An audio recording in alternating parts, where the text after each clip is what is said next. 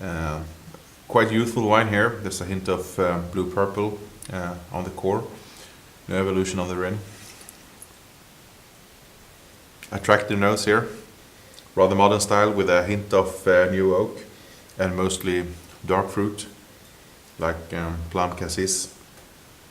There's some herbal notes, but more ripe herbs like mint, sage.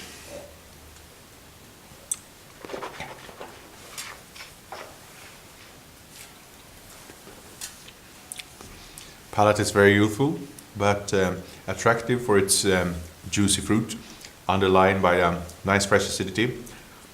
Some sweet spices there like clove, ginger, slight hint of oak, but not a lot of it.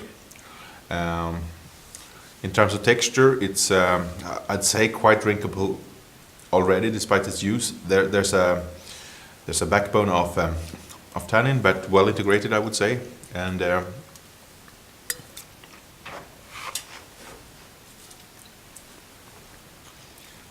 medium weight, but quite persistent on the palate. So good material there.